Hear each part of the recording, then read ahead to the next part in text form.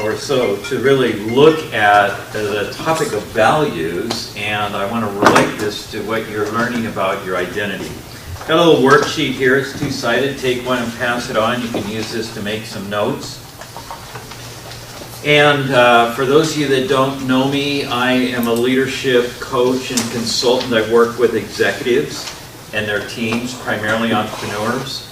And I am a student of leadership, and I think any great leader is that, because leadership is learned through experience more than out of a book. We can get some great ideas out of books and from great teachers, but really you learn by doing in this arena of leadership. And I like to make a distinction between leadership and management. I work in the business space primarily, and I notice that people don't have a lot of clarity about the two things, all right? And I've actually heard people talk about leadership and management almost synonymously, and there couldn't be more difference between them. It's like north and south. Leadership is about influence. Management is about control. This isn't in your handout. You might want to make that note.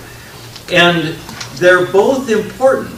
You know, you can't do with leadership what management can do, and you can't do with management what leadership can do.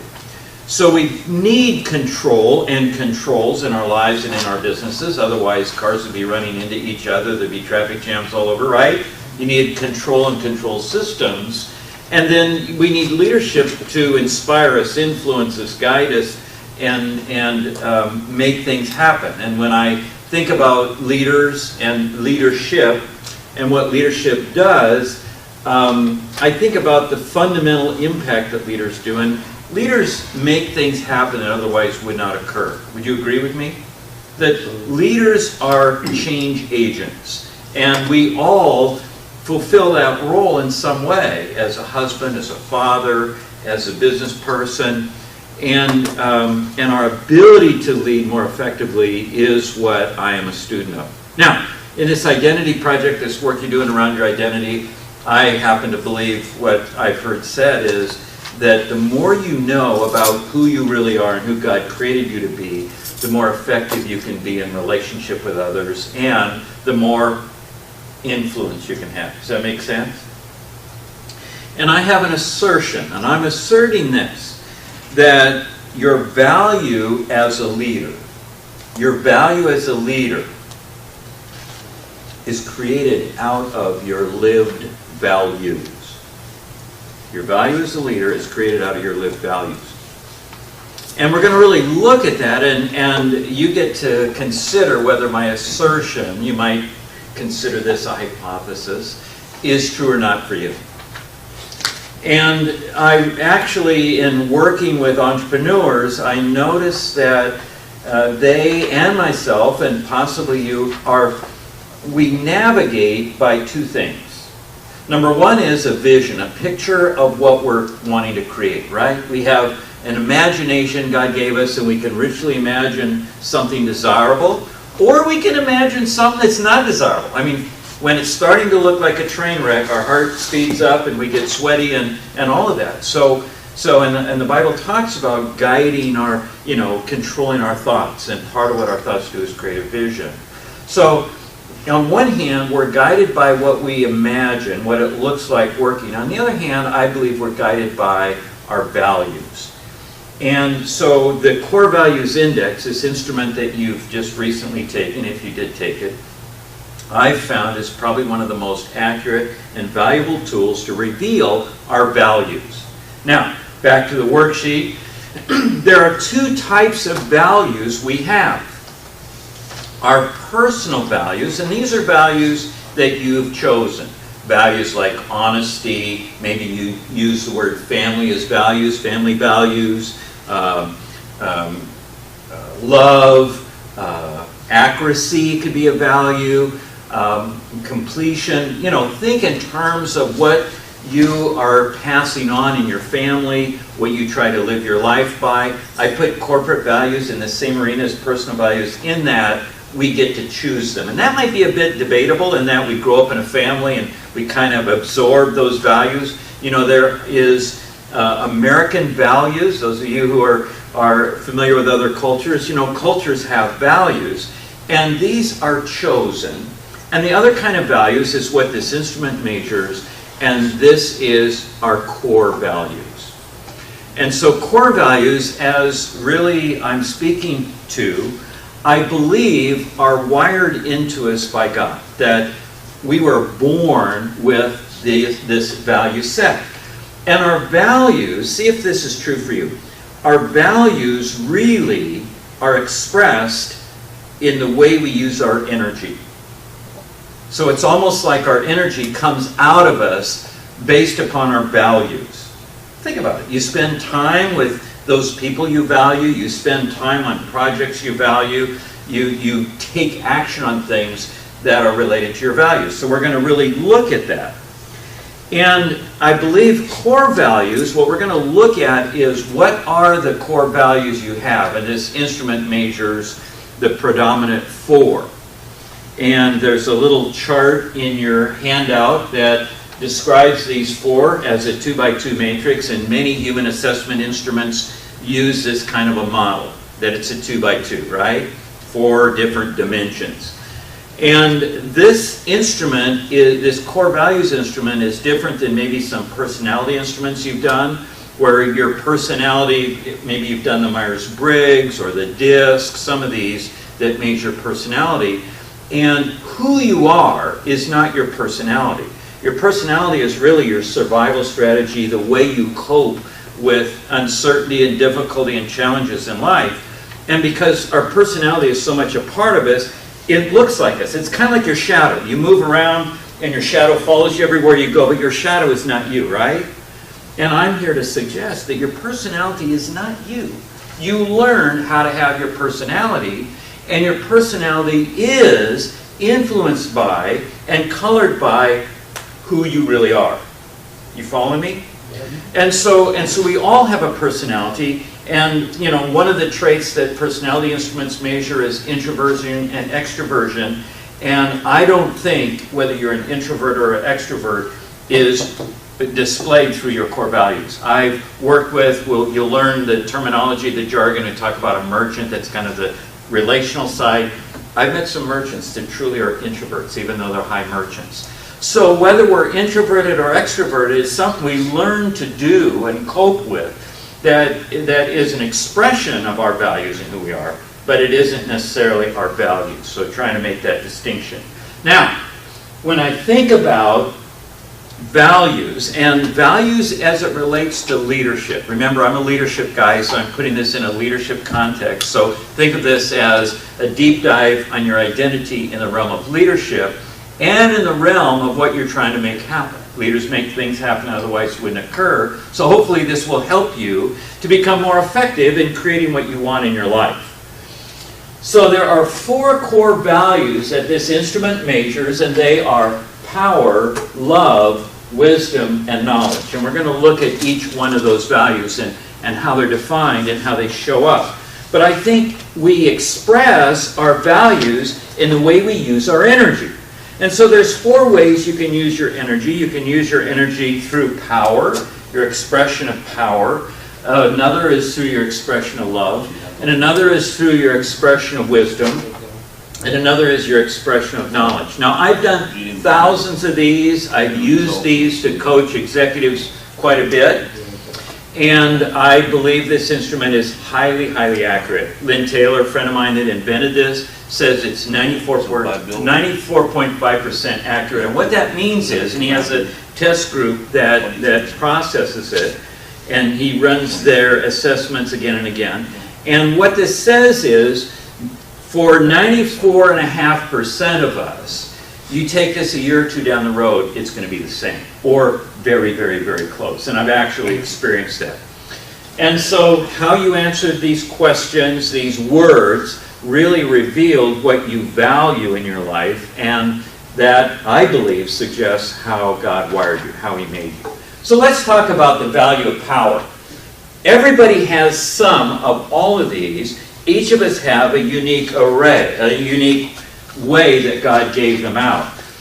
In the CVI, there's points, there's numbers attached to each of these, and it always adds up to 72. I like that about this instrument. It's very symmetrical, okay? So if there's a total of 72 points, it's kind of like God decided, okay, I'm going to give each of you the same amount of good stuff, and I'm going to give you these, and he kind of deals out the cards, but we all get the same number of cards, all right? So the idea is if you're going to be higher in one of these, right? If we have a limited amount, another one's going to go down, right? And so how much of this kind of capacity you have to express energy is determined by how big that number is. And we'll talk more about that later. But let's talk about the power. What does the core value of power mean? And the application of your energy to make a positive difference. To make things happen, basically. Okay? So this isn't like you're trying to be powerful over other people, although it might include that.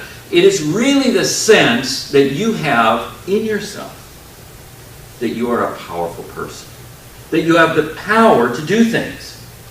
And the more of this value you have, the more this is who you are. And what I've noticed in each of these values, that your self-esteem is colored by, influenced by, whether you're able to do this. Okay? So if, for example, in your case, and Lynn Taylor, the inventor of this, has given these value sets names. So when we talk about the person that has a lot of this power value in their life, he calls them a builder because they build things, they make things happen. I found this to be absolutely true. And so the core value, the sense of personal power, gives someone their first action is, what do we need to do about that? Let's make something happen. Where do we need to go? Let's make it happen. And actually, they like to do that a lot if this is one of their higher values. Now, each of these values, if we had a light on a rheostat, you turn the rheostat up, what happens to the light? Goes up brighter. It's brighter. You turn it down, it gets dimmer. So each of these values are moderated by a companion value. And so for the builder, the value of faith, and that's, you can really think of it as the faith that I know what to do and I know what to do next, and I'm here, I use each of these values God gave us to make a difference in the world. This is not to serve me, although my personal needs may be in this somehow, but generally, as a value, we're given these values to make a difference in the world, and for the builder, the difference is, what do we need to do? Let's make things happen. The companion value is faith. And that isn't necessarily spiritual faith, but it's the faith that I can do this. And so thinking about it for a minute. If you're this kind of person, you like to take action, if it's really working well for you, whoa, that worked, what happens to your faith value? It's reinforced, right? But let's say you try something and people get down and you say, what were you thinking? That was a boo-boo. Then your faith value what? So for each of these, whether you have big numbers or smaller numbers in this builder area, it's going to be determined by how much faith you have in yourself to do this. And each of these have that, okay? If we each of these also have what we call a conflict strategy. And basically how that works is you have 4 values, and think about like you've got 4 gears in your car. If you're a stick shift driver, right? What gear do you use most frequently? Not the longest period of time, but if you were to count the number of times you're in that gear, what gear is that? First. 1, right? We always start out there. Aha, here's a clue. In each of these, if power, builder, is your number 1 core value, guess what? That is always first gear for you. So whatever your favorite value is, that's where you start. So if you're a builder, in every conversation, what do we need to do about that? Let's get started. Let's make something happen. And you can expect that from the builder, that's their first gear. Now in all of these, let me ask you a question. Can every problem or every issue or every need be solved by doing something? No. Sometimes we got a problem solved, sometimes we need to build some relationship, sometimes we need to check some data. So here's a clue. In each of these values, picking the right one at the right time is a high-level skill. And if I happen to, my favorite value might be builder, and if I can't get out of that builder gear, if something else is called for and I won't let go of it, it's kind of like driving all the way to work in first gear, not such a good idea. We go to the conflict strategy, and for the builder it is intimidation. So the builder's trying to get something done, people are resisting what might be needed, maybe relationship, but they're trying to push it through, and if they don't get smart enough to change gears, they'll start to threaten, intimidate. Okay? Start to recognize this a little bit. Now, for people that have a high amount of this, their contribution is action and results. They like to make things happen. And each one of these values have a favorite way that they learn stuff in life. And for the builder, for the power person, it's the decide and do. Builders do not read instruction manuals. Not going to happen. You know, the kid swing set. Let's just see if I think I could put this together on my own. And, you know, there may be a few parts left over, but it looks like, hey, cool, I'm on to the next thing, right? So the learning style for builders is decide and do. And if you're in relationship with someone like this is a good thing to know. Because if we keep getting on and say, why don't you read, why don't you... It's like, no, you got to figure out how they're experiential learners. Give them something to do, to mess around, and they'll figure it out through what? Trial and error. Bingo. Okay. The second one we'll talk about is the core value of love. And when I first learned this instrument, and this is principally used in a business environment, I thought, Lynn, why did you pick the word love? In a business setting, that's kind of weird to talk about, and we have a lot of confusion about love.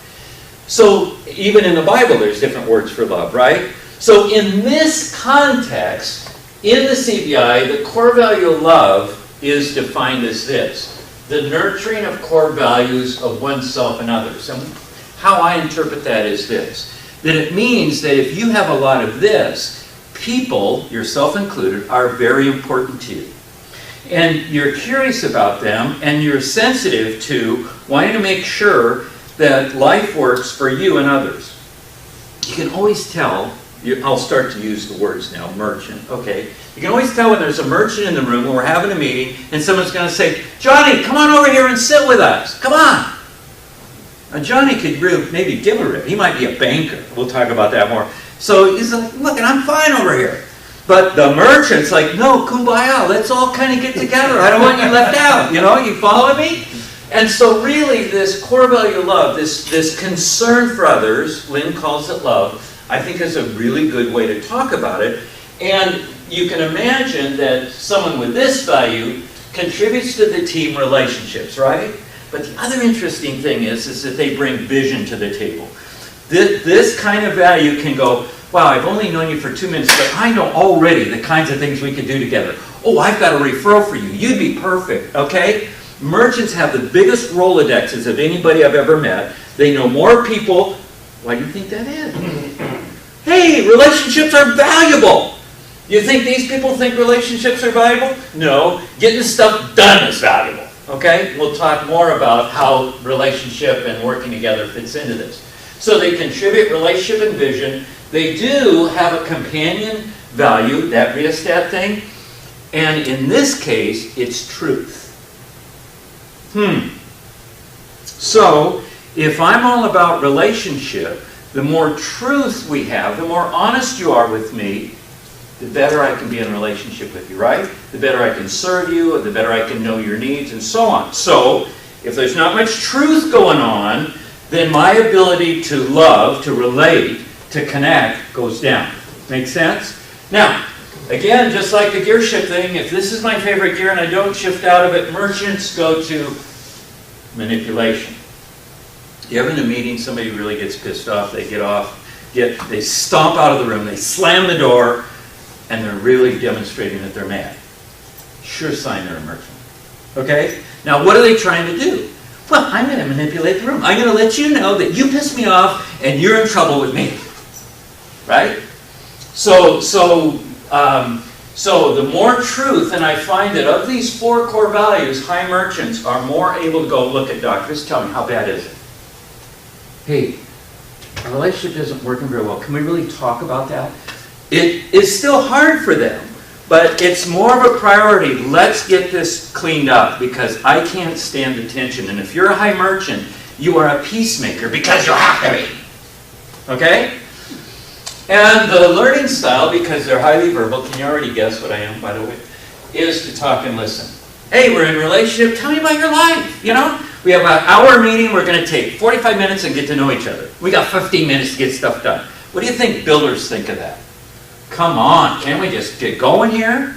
Can you see that these values are inherently wired to be in conflict with each other? God made us this way. I can't explain why it is, but I know it is. All right. So the next core value is wisdom. We have two left, wisdom and knowledge. Now the Bible talks about wisdom and knowledge.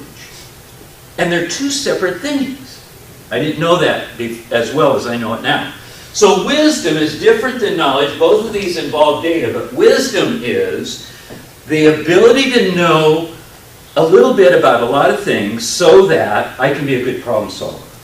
And so high wisdom people, we call them innovators, high innovators are very curious people. And they spend enough time studying stuff just to know enough to know something about it. And then they want to know something else and something else. They're endless learners, very curious, and they can be very, very inventive. So wisdom is defined by Lynn as to see the way things are and to know what to do about it. So think about it like this. They got a lot of information, but it's information that's like 2 inches deep and a mile wide. Okay? And as you can imagine, their contribution then to the team is assessment and solution. And they too have a rheostat. Okay? So the more of this companion value, the better the problem solvers they can be. And the rheostat for innovators is compassion. Now, another value word that I didn't understand very well until I learned this instrument is compassion. We hear a lot about compassion, and as Christians, we think of compassion, I don't know if you do, but I do, kind of like heartache, right? I have a lot of compassion, ooh, you know? And that might not be a bad definition, but in this context, compassion means this. If you have a high amount of this value, you're willing to stay in the process regardless of how painful, difficult, or awkward it is for you. The more compassion you have, the longer you'll stick with it. Now, what did Christ have in spades? Yeah. They know not what they do. Forgive them. Wow. Now there's a statement. And it makes sense because the more ability I have to stay in a difficult, awkward situation, the better I can have a way to use my wisdom to help. How many times have you failed in a problem-solving situation trying to fix something because you couldn't stand the heat? It was too uncomfortable or awkward. The person was being inflammatory, making you bad and wrong, and you gave up. Ran out of compassion, okay? And so when I think, for example, of Mother Teresa, we think of her as having a lot of compassion. It's like, wow, it makes sense because you don't think these poor dying people weren't smelly, looked bad, you know. In the beginning, I'm sure she noticed that. Maybe over time it went away. But I'm not sure I have that much compassion to problem solve in that particular area. Right? So you can begin to see that problem solvers, leaders who invest their lives in making things better and different, they have to have a lot of compassion because for most of us, we give up, cut and run, right? Are you following me? Yep. Now, the contribution is assessing and solving. If you want to ruin an innovator's day, tell them the answer to the puzzle. Or if they work for you, tell them how to do something. You're hurting their self-esteem. You're going against their value set. So if you're working with a problem solver, give them the problem and honor them for solving it. Now, they also go to the dark side. Not everything can be fixed by staying in problem-solving mode. At some time, we got to get it out of the laboratory and on the street, right? You keep polishing that apple till there's no skin on it. A lot of engineers are high innovators, and they're perfectionists, and it never goes anywhere because it's still in the lab. I'm still working on it, okay? So if they stay in that mode, they go to interrogation. Interrogation is basically asking other people questions that everybody knows the answer to, just to make them look stupid, okay? That's interrogation. All right. And so their contribution is assessing and solving. The fourth core value is knowledge. Knowledge and wisdom. Knowledge is the value of information because it's information. So we talked about the wisdom person being the information 2 inches deep and a mile wide. This is a person 2 inches wide and a mile deep. Okay? So these people, their core value is knowledge, and really it's the how and why of things, really knowing everything about everything. Don't play Trivial Pursuit with these people. They will win every time. They have great memories, I find, and they don't miss a trick. Now, their area of knowledge may, by definition, be limited because they can't know everything about everything in the world. There's not enough life for that. But what they know, they really know. And it tends to make them highly conservative. They're risk avoidant. Why do you think that is? They've read the actuarial tables. They know exactly what that's going to cost. And so they're going to, and they'll say, no, don't go there. And these guys are out wanting to make things happen. And these guys are saying, we don't have the money for it. We can't do that. Can you see the conflict that's wired in here already? We call these people this core value banker because they tend to harvest, collect, and preserve things because they're valuable. Information is valuable. The companion, the rheostat value is justice. So the more fairness there is, the more we can share information. Freedom of Information Act, it's only fair if you're in a room and someone says, you know, it's only fair, Johnny knows that. That's a banker value being expressed. Now, their contribution to the team obviously is information. They're like the information repository. Librarians, this. A lot of our government agencies, this. You know, tracking data, having data. How important is it to know how much money you have in the bank? Exactly. And what things are going to cost exactly. Problem solvers need just enough data to solve the problem. These people have all the data about everything. Okay? Because they value it. Now, you can imagine that these people will always read and analyze the instructions. Not only will they read and analyze it, they'll find every typo, every wrong use of language. I mean, that they, and basically to this value set, if it's not written, it must not be important. Wow, can you see some conflict with these people? We don't have time to write. We're going to tell you everything you need to know. If it's not written down, it's not valuable. Can you see the inherent conflict that's there? All right. Now, these two, if this is their favorite gear and they don't know how to shift out of it, their conflict strategy looks kind of like this. Sooner or later, you're going to need what I have. You know, it's kind of like I'm staying in the room, I'm rolling my eyes, I'm by my body language, I'm letting you know that you're really being foolish right now. And sooner or later, you're going to wise up, and you're going to have to pay the piper. You're going to have to talk to me. And isn't it true, the bankers in our life, you know, they have our mortgages, everything else, they kind of get to, they got it all, right? So, how can this be used? Good question. In your handout, there's a little table underneath this illustration, and you can see that there's certain behaviors, there's certain things. Again, I said that your value as a leader is created out of your lived values. Here's what I found with core values. You can't not be this. You can't not do it, all right? Now, you might be the person that has a really high innovator, for example, and you don't know how to shift out of gears, and as a result, you go to an interrogation often, okay? So there is a skill about how you use all four gears. Probably the best self-coaching concept I can give you today is this. Armed with this information, here it is. Given this situation, which of the four core values is needed right now?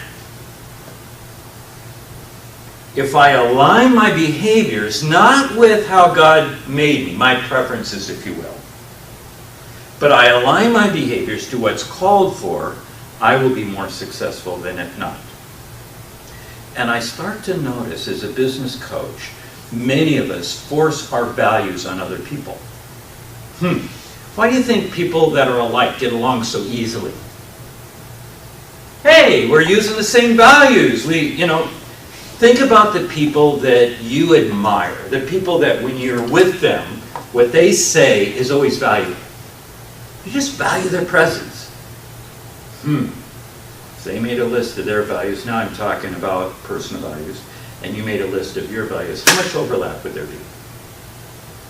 Why do you think, other than toleration and compassion, why do you think we will never, never be in deep relationship with the Middle East people? There is a misalignment around many of our values. So if we want to be more skillful in how we live our life, understand myself and my preferences, because my throne, my automatic way of being is probably going to be the way I'm wired. And if I'm working with people just like me, that's going to work fine. But if I'm working with people different than me, okay, and if we're talking about the number one core value, 3/4 of the population is different than me, if there's an even distribution. Not quite even, by the way, but roughly, okay? It's in the 20 percentile range in each of these, okay?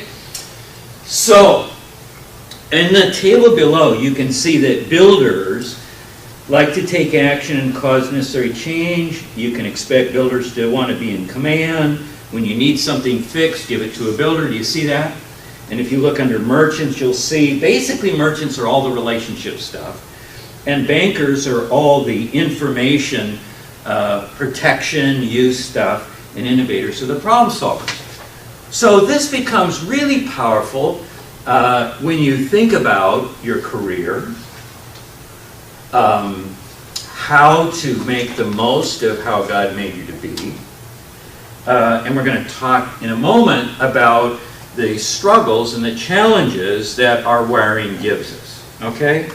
Any questions about this part before I move on to what's next? We're going to dig down into yours next. But any general questions about these 4 core values? You see how different they are? Really different. Now, we all have some of each. And what we're going to really look at next is, what does it mean when you look at the numbers? So pull out your CVI numbers if you did the assessment.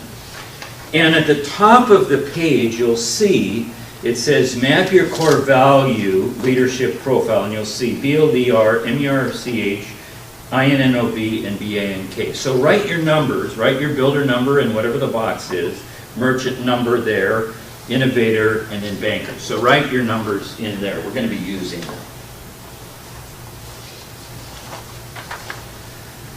So here's what I want you to do. To take what your builder number is and look at the point value. And if your builder is in the range of 1 to 11, you would write builder here. If it's in the area of 12 to 18, you write it here. 19 to 26 and 27 to 36. So write your builder in the box, there's 4 choices, that it belongs, okay? And once you've done your builder, then go to your merchant and write the word merchant. So write the title, builder, merchant, innovator, or banker, and your 4 words will show up somewhere in this array. And you may have 2 or maybe even 3 words in the same box.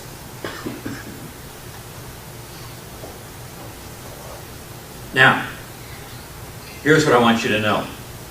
There is no preferred style. I do this and people go, wow, what would it be to be at 18, 18, 18, 18? By the way, that does add up to 72. And Lynn Taylor says in all the thousands of these he's done, this information is a couple years old, so it may have changed. But when I last talked to Lynn about this, he said, Larry, there's only been 5 people in the many, many of these I've done that are 18, 18, 18, 18. I've had 2. And one of them I've coached personally. A woman worked in administration and accounting, did really well, got promoted to a leadership position, and failed miserably. Why is that? Well, 18, 18, 18 means they're evenly distributed in all of these, and there was nothing to define them. So if you have a real high builder, then you're going to be defined as someone who's primarily builder. Let's get it done. If you have, your number one is merchant, then you're going to be defined as the relationship guy. You can't help it. That's your first gear, okay? In her case, she was a great support person because she could be tossed a ball in any of the four colors, if you will, and she knew what to do with it. And because she did that well, what happened? She got promoted, and once you become a leader, you must distinguish yourself with some leadership quality, I believe, is defined by one of these values. And she didn't have it. Like deer in headlights. And it was a real burden for her. And we had a very candid conversation about this. And I think it helped her. But she experiences life differently than you do. In fact, everybody who has a different CBI than you experiences life different than you. Think about it. We both saw the same thing. How many times have you seen this happen? We saw the same thing and we each had a different story about what it was or what it meant, right? Why do you think that happens? We are different people. We experience life through our values. Does that make sense to you? Both our personal values and our core values. So if something has you really upset, have you ever experienced this? You're really upset. You talk to a good friend and they're not so upset as you. It's like, what's wrong with you? Didn't you see that? What do you think that's about? Different values, right? Then saying, yeah, it's still bad, but is it keeping you up at night? No. Well, I can't even sleep. Do you see how powerful our values are and how God put them in us for a purpose? All right, so let's talk about where your ranges are. If you have, I've only known one person, and he actually taught me much about this. He was my business coach. He's no longer in this world, but he had two of his in what we call the profound range. And you can imagine if someone has 27 or higher, his other two were down here, right? He was a 6 builder and a 4 merchant, and I'm a 27 merchant. I'm a profound merchant. So he coached me, and at one point I said, "Don't you have any friends?" He says, "Yeah, I have banker friends."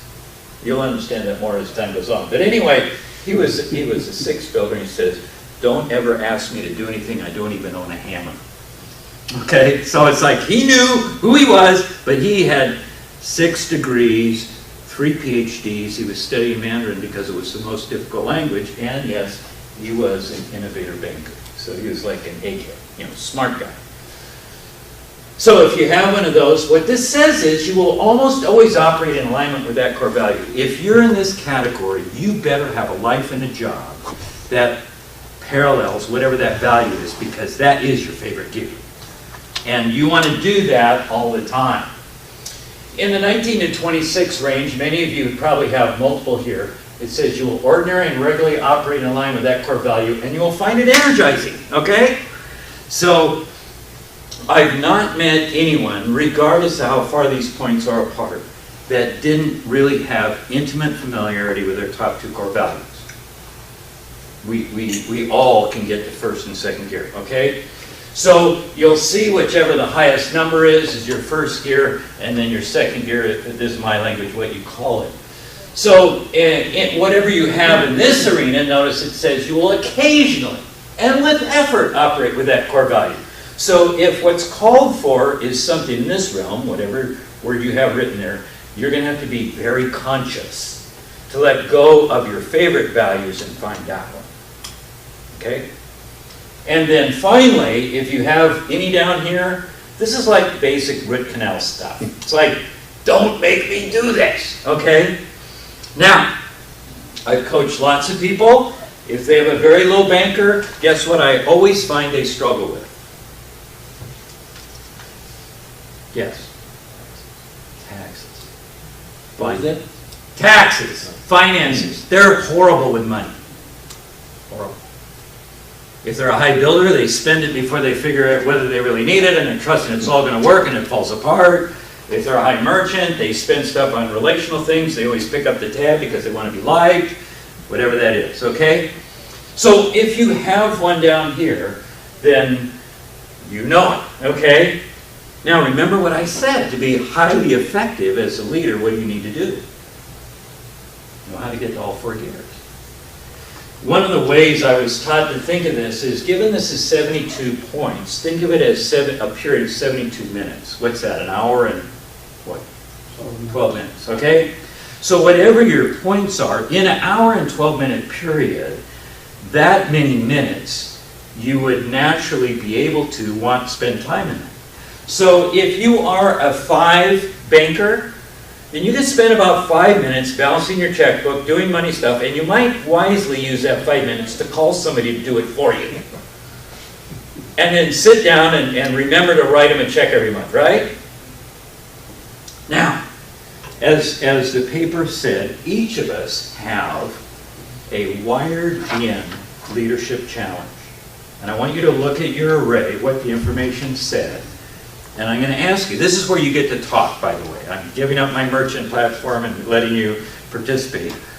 What do you think your wired-in challenge is? As you look at your profile, what does it tell you? This is also an opportunity to ask questions about your own profile. And by the way, I'll circulate, grab a little table of everybody's that I have so you can see others. What's your wired-in challenge? Sure. One of my things is my wife's a builder and I'm not, and it explains a lot of our conflict and arguments over stuff. All right. You just can never finish that honey-do list fast enough, can you? No? Her list. I feel your pain. Yeah, her list is. Oh, yeah. Forever. Yeah. And the more things she can write down and check off, the better the happier she is. Yeah, I'm the type of person, I'm looking to get 3 things done in a day, and she's looking to get 25 things done. And if she doesn't get 25 things done, what do you hear her say? How many times have you heard her say it? You know what it is. What does she say? Well, she says a lot of things. Move faster. No, what does she say about herself when she's only able to get 3 of her things done? She feels like she falls short. Right. Doesn't she say, I didn't get anything done today? Yeah. And Honey, you did twice as much stuff as I did. Yeah, What do you mean? 5 times. Right, That's right. what I got done. Okay. But I work on like one big problem. Yeah, Yeah. like Curly. What is the one thing? Yeah, Okay. and she just, What else? and her list is always Yeah. going.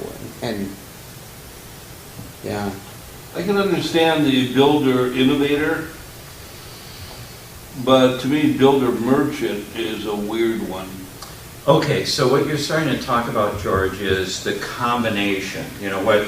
So I already said that we all know our top 2. Okay?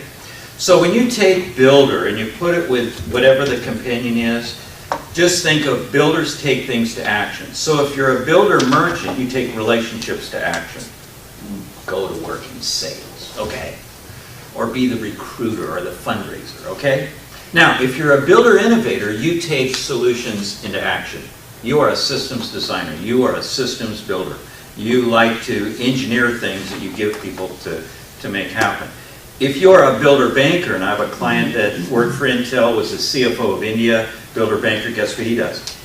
He takes data and metrics to action. Hey, we're looking at your report. You were at 18. What are you going to do about that? Okay, that's a builder banker. Okay? So again, you take the top 2 and you put them together, and again, whatever your top one is what you lead with. I've tested this. Whatever your first gear is, it is where you start. So the difference between a builder merchant and a merchant builder is where they start. Even if the numbers are the same.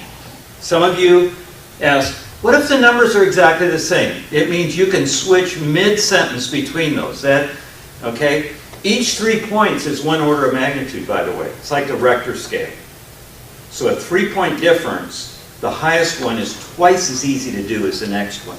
6 points, now you can see. So in your report, it talks about the percent of time, or the percent you use this. There is that. So if you're a builder innovator, you start with, hey, let's do something. What do you think we should do? Oh, I got an idea. If you're an innovator builder, you go, hey, I've got the solution, let's do this. Okay? So whatever your first one is, if you're a merchant innovator, you will start relationship and then problem solve. If you're an innovator merchant, you'll start with solving problems, and now let's talk about how we work together and enjoy each other's company. So, generally what I find is our wired-in leadership challenge are our low numbers. Okay, so your wired-in challenge is not getting to that stuff that's really hard for you. However, I've also coached some people that their wired-in challenge was their number one core value. They couldn't get out of that gear. So what your wired-in challenge is really up to you to uncover. That based on how God made you, there's some challenge areas. And I'm going to show you one more deployment of this. All right. You'll notice that there's 6 more boxes: INTU, COG, CRE, PREC. See those across the top? I'm going to explain those before I'm done. Here's something that's interesting. Intuitive and cognitive. What is the definition of intuitive? How would you define that in regular words? Going with your feelings and your thoughts. Feelings, gut, okay? Highly intuitive is like, I just sense, okay? Cognitive is what? Knowledge. Data. In God we trust, everyone else bring data, okay? So there's a spectrum between the two of these, right? We all fall somewhere on that spectrum. Some of us are more intuitively inclined, some are more data inclined. Again, think about where you start, okay? I'm supposed to hire someone. Do I look at the resume and all the information, or do I like them? What does it feel like, okay? So, if you will take your builder score, whatever that number is, and add it to your merchant score, write that number in the INTU box. Add those two together and put it in the box labeled INTU. Then take your banker and innovator scores and add them together and write them in COG. Remember we said these two work with data? Okay? So add those together. So, those numbers, guess what? Those two numbers add up to 72. Amazing. Okay? So, what's half of 72? 36. Okay? So 36, if you've got 35, 36, 37, that pretty much means you're in the middle of the spectrum. And whatever, again, I believe whatever the highest one is, probably where you're going to start with. Gut feel, let's check the data. Now, if you're a 40 or 50 in one of these, this might explain something to you. If you look at where you failed in life, where you've blown it, the decisions you made that came back to haunt you, it might be in this arena, okay? If you're highly intuitive, did you check the data? Did you talk to anybody else? Did you call the previous employers or not? Okay? If you're highly cognitive, you wouldn't think of hiring anybody without doing a background check, a urine sample, and calling everybody. If you're highly cognitive, you're going to do that. If you're intuitive, it's like, I just know they're fine. Okay? So, intuition is just a very high refined level of knowledge that we cannot explain. But because we can't explain, we don't know what we're doing other than it just feels right. And not every intuitive thing is accurate, right? All right. Are you with me on that? So builders are intuitive because they just know the right thing to do. Merchants are intuitive because they know people so well, they just got a gut sense about them. Innovators and bankers, we understand why they're cognitive. They both use data, but in different ways. Now, there's another dimension we can talk about, and it's practical and creative. Ta-da! Same array. Creative, practical. Let me ask you this. How many creative ideas actually work in real life? You're laughing. Not many, right? That's why we have labs, How many highly practical businesses survive very long? Think of the buggy whip, it's a great tool. All right? Now, one is not better than the other. But again, you're somewhere on the spectrum, right? So, builders are practical because builders have an amazing ability. If I tried something and it didn't work, they have no attachment to that.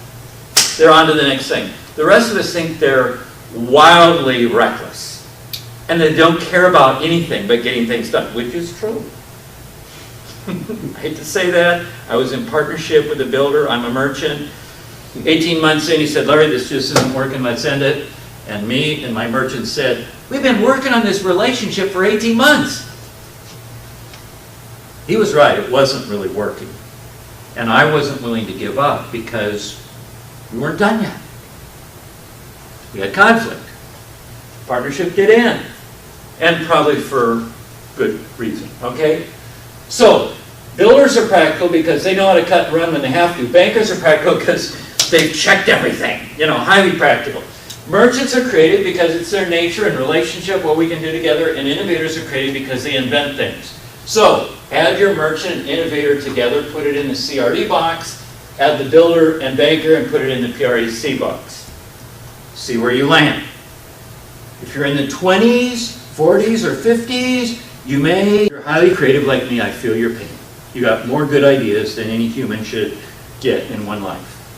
Larry, quick question. So what you're saying is that the merchant and innovator, just to kind of summarize this, can match together? Am I making the right conclusion? What I'm saying is if you have a high amount of merchant and a high amount of innovator energy, think of it as a type of energy, then you are highly creative. Okay, but as far as working with another person, it goes without saying that if someone has the same design as you, it's going to be easy, but it might not be risk-free, okay? I'm widowed and remarried. My first wife was a banker. I'm certain of it. I'm a merchant, okay? She would organize all the bills. She would give me a schedule every month because I'm self-employed, so cash is always an issue. And she'd say, here's everything we pay, and then I would decide what to pay. When she died, my financial management went bad, okay? I remarried a woman, a lot of fun, but guess what? We are very much alike. And we, together, now struggle with finances, okay? And then we get in fights over it and blame the other person for not doing the banker thing that neither of us wants to do, okay? So, does that answer your question, Brad? okay. All right. So look at where you stand on this continuum. Again, there's no right or wrong. If you're highly creative, then you should be working in, spending your life in endeavors that honor your creativity. Don't work in a routine, turn the crank kind of life. It'll make you crazy. Okay?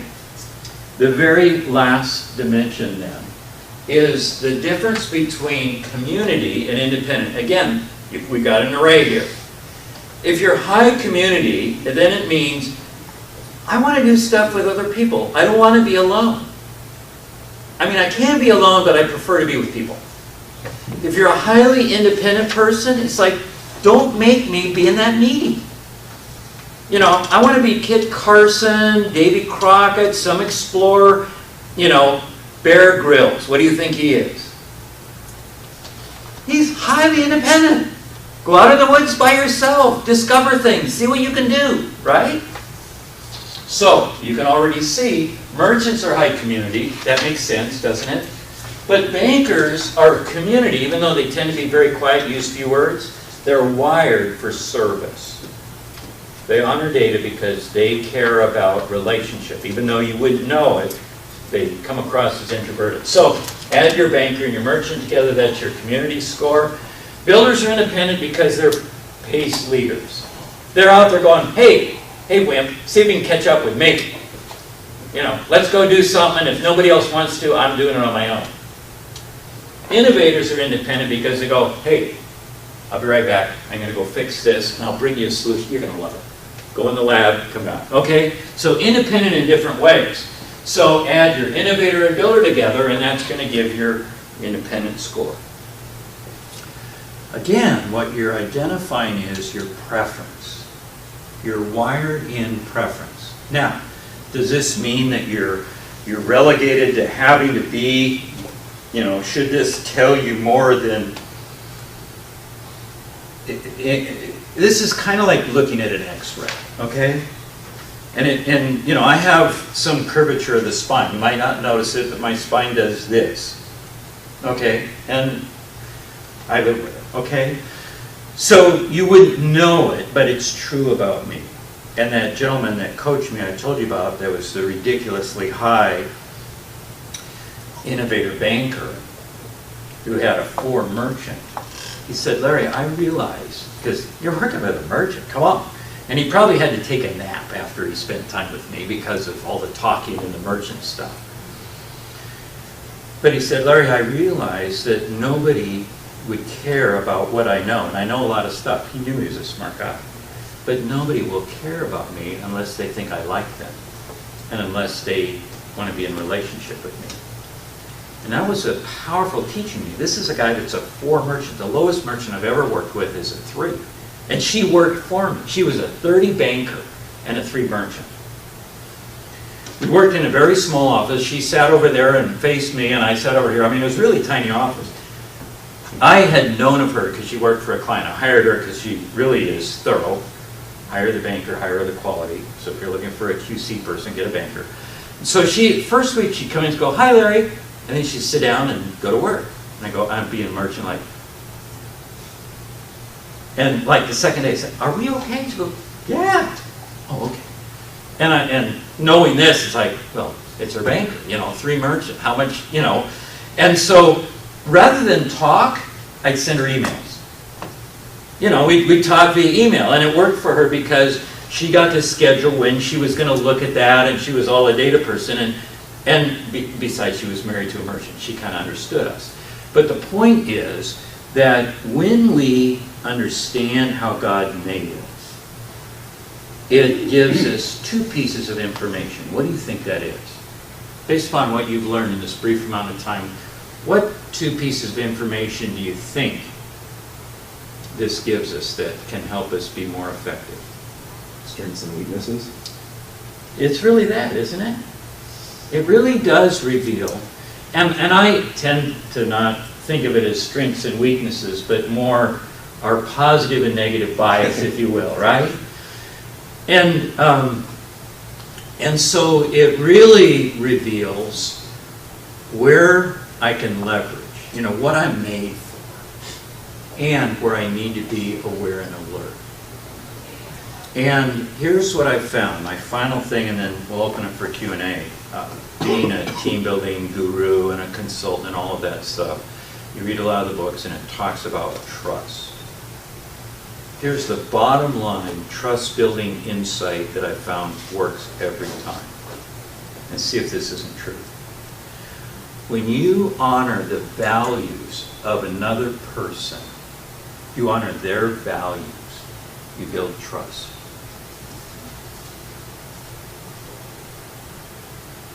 Why don't you think, I talked about the Middle East. Why don't they trust us? Why don't we trust them? When I say honor, it doesn't mean you have to take them on. It means you respect, you defer to them, okay? If you're a very high merchant, and you're in sales, and you're selling to a banker, don't talk. I'm not being silly. Don't talk. Have it in writing. You need to talk a little bit. Do you have to build a relationship? Yeah, but not in the way you build it with a merchant. How do you build a relationship with a banker? How do you think you build a relationship with a banker now? We don't have high bankers in the room, so I know I'm asking. Show them the numbers. Give them the data, show them the numbers. Be fully transparent. Come prepared. Come prepared. And merchants, what do? I'll wing it. We'll figure it out, right? So if you're in sales, if you're a high merchant, you probably are, and you are not closing deals with certain people, this may be the reason. All right, we got a short amount of time. Any questions you want to ask me? This is a quick dive into it. Yeah. You struck something in the intuition thing, and so I use that form. But here's where my pain and suffering and hanging comes. I'll need somebody. I own a landscaping business, and sometimes we get in crunch, and we'll need somebody. And there's that person that's standing there, and my intuition says, sometime down the road, he's gonna fail you. But I'm praying to God, and He's like, we're going to give this guy a chance. But deep inside, I know at a period of time, something, you know what I mean? But we still hire him anyways, and then the pain and suffering comes, and it seems to be a recurring negative experience for me. But it's always the amount of growth that I always have, too. So what's your question? What am I supposed to do about that? Because I want to build a team of people that are all whole and all winners and all champions. But then that would mean that a lot of those people that were deserving of the chance, and who knows what kind of testimony or influence I gave to them. But, and my wife and I think we do that is because we're too trusting, and we always give them the chance, because they're there knocking on the door, I'm qualified, I can do this job. And then they do the job for a period of time, might be a month, it might be a year. I mean, we want them to last as long as they will. Right. And then we know, our intuition said, eventually what we knew was going to happen, they then were no longer trustworthy. Right. And then when they're no longer trustworthy, loyal, helpful, those things, Right. then they self-select and act themselves. Right. So what's your problem? After 18 years of this, I'm getting tired. Getting there. Well done. Okay, thank you for hanging in there. So when we, and you've diagnosed it brilliantly. I believe what you say is true. Makes sense to me. So once you come to this position and you go, I'm tired, change it, stop it, get some data, alter the process you use. Because your process is, I check my intuition, I pray to God, I get this sense I should do it, and I do it, and it turns out same way every time. It's not God. God is willing, I learned this from George, God is willing to let you do what you think you should do. And he'll let you do it again and again and again until finally you go, God, I'm really tired of this. And God's going to go, okay, so what do you want to do about it? I loved gardening and being a gardener, and I got promoted to CEO. That's one of the reasons why I'm in here, to learn how to be a better CEO. And my company is only going to be as good as the team that we put together. Yeah. And I've struggled with that. So here's what I want you to know. Building a team or a high-performing group is hard work, and it's very surgical. And what I mean by that is, it's very intentional. No leading NBA team came together by accident and won the championship. And, you just watch the movie Moneyball about the Oakland A's, and that's a powerful illustration of really bringing data into the equation. Now, the Oakland A's will say, if you do watch the movie, it's all about data. They'll say, we've kind of come back a little bit from that extreme of making it all about the data, but we still use data. So the point is, if it's not working for you, accept the truth of what you now know. It's no accident, particularly if you have a long pattern. And then change it. And so the key question is, what am I not using? Cognitive information. What information should I start using, and how should I do that? And so building a team includes both the intuitive and the cognitive application, and then there's the skills around it. What your team needs to be like is determined by the work and what the team needs to do. And on some teams you don't want a lot of variety. On other teams you do want a lot of variety. It depends on what the work is and what the requirement for teamwork is. So what you're sensing is very good, and the work it will take to get on the other side of it is not easy. When I started this business, I said, it's really easy, I'll show you how to do it. We'll do an afternoon workshop. And it's true. It is a high-level skill to find, select, recruit, and build a team. But it's doable. So you could coach him in that if he were Of course. interested in Yeah. that. That's what you do. Mm. Okay. 25 years. Can I offer this CVI test online to different people? Yes, if there's a free version out there that will give you all the information but not the numbers. And so if you want the information without the numbers, you can get that for free, and you can just go online and find that, or you can email me and I'll show you how to get it. If you want the numbers, it costs $50. So it, you know, in terms of the value it brings, I've got companies I've been working with, they run it on every employee they have, even if they have hundreds of employees, because, you know, when you take 100 employees times $50, that's a pretty big expenditure, but it pays back in spades, because we can see that we're wired for conflict. And there's nothing bad about that. I think God knew what he was doing. That in conflict we learn stuff. You know, my first marriage got pretty comfortable because we were opposites, and after 29 years before she died, we got to understand that. And then I remarried. I married a really fun girl that's all like me, and we have conflict that I didn't have in my first marriage. And we have conflict because we're the same. That's crazy. But we have conflict over where we're short-suited. So once we understand that we're wired for conflict, it's not bad or wrong. I mean, it kind of gets back to that iron sharpening iron thing, doesn't it? That there's something to learn in this. And if what you're doing is working, keep doing it. But if it's not working, start to look for what decisions am I making that I need to change? And it might mean I have to learn something new. It might be scary. It might be I need to let a person go if it's a business and hire somebody differently, but I want to do that well, and you know, all of this stuff. It oftentimes might be taking a look at your weaknesses, right? Right. I mean, I don't any longer use the word weakness, because this is intentional design. And weakness is a comparison. Now I'm comparing myself to someone else and I'm saying I'm weak. We're just wired differently. So Good. I don't like strengths and weaknesses, That's because good. weaknesses suggest yes. you can solve it. You can't solve your low banker, but you can honor it and be intentional and lift that muscle and be aware that, you know, if it's an 8 minutes out of every 72, you can use your banker and be okay.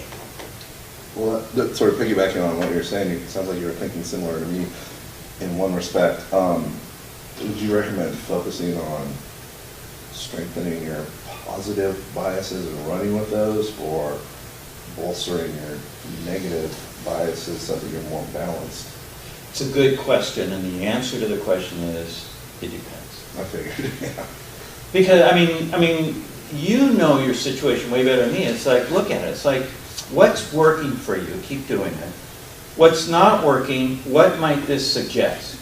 And how do you do that? If you start to lament over your low whatever, and shake your fist at God that he didn't give you more of that, you're missing it. Because God might be saying, you need to partner with someone in your life who's really good at that. And it will not be easy, Right. because they're different than you. Yeah. You know, I told you about my 30 banker assistant, and she told me right up front, my husband and I I'm gonna have our first baby. When I do, I'm not gonna work anymore. And I knew that was coming, and it did come. And so I went to the marketplace again, knowing this, and I went looking for a high banker. The person I was most attracted with was a high builder. Her banker was her lowest, but it wasn't real low. I mean, it was in the teens. And I looked and I went, oh man, do I want to do this? You know, and she had work experience that applied. And I said, if I hire a builder, oh my gosh, life's going to get hard. But I need things done. So I consciously made that effort. Now I have 2 wives. I've got a work wife and home wife. She's got this honey-do list that, Larry, you got to get that stuff in by Friday. And me being, you know, innovator. Innovators are last-minute people, by the way. My oldest son is a high innovator. He loves waiting till it gets crazy. Why do you think he is? Like, he gets to solve the problem. He gets to put out the fire. And it's like, oh, it's a horrible way to live. But anyway, Does that sound like you did? Yeah, just a little. so my point is that I hired her knowing what I was getting, and I sure got it. And there are times I go, she is so dang irritating. You know, it's like I have a list more than, you know, I got a whole week after your deadline, you know, and she gets on my case all the time. Larry, you wait to the last minute. I knew what I was getting. It's still not easy. It sounds like what you're saying is our natural tendency is to hire or work with people that we like, that are like us, but if you know, if we can get dividends from recognizing people that compliment you or challenge you, or I work with entrepreneurs with emerging companies, you know, they've been in business 6 to 11 years. It's surprising how many people in the organization are the same CBI as the CEO, and they're struggling. They just can't get it done. And it's painful because they have to now either add people and keep the people they got, or let some of the people go who they love and they really can relate to. right.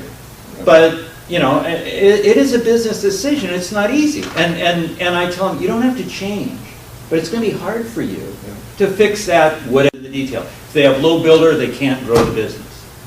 You know, so, and if they have low innovator, boy, they better have a franchise or do multi-level marketing because they can't figure it out. And, you know, you just go, wow, keys to the kingdom. I know what we're dealing with. It's still a problem to solve. You still get to go, what do I want to, and this is where I think prayer comes in. Say, Lord, you know, I mean, maybe it's like, you have a great, powerful ministry, I'm sure. But if your business isn't very profitable and it's really getting to the point of pain, you go, enough ministry, we got to run a business here.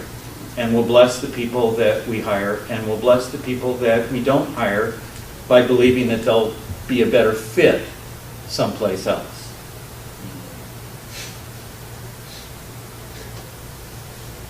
This particular last illustration here is telling us, correct me if I'm wrong, that banker and merchant create a community with each other? Is that what it is? What it says is bankers and merchants both have a preference for community. They want to work with people. So even though my high banker person on my staff she was a low merchant. So she was high community because she wasn't that high. She was a 33, her 30. So she wasn't, you know, she was still more independent, you know, when we had the scores together.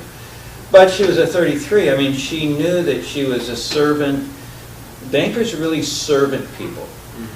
And they're people, the higher the banker, the more they hunger for routine. You got a manufacturing line, you got a business where there's kind of the turn the crank job, and you want high quality, get a banker. And write it down what they're supposed to do, and then let them be. They'll be happy.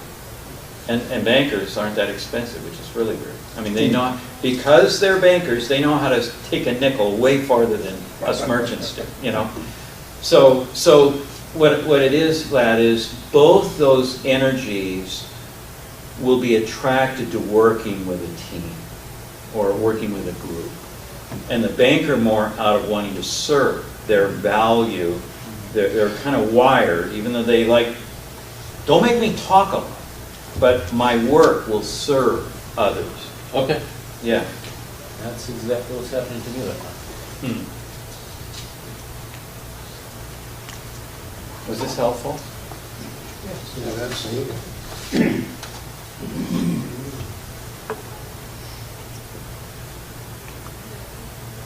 Well, Larry, thank you.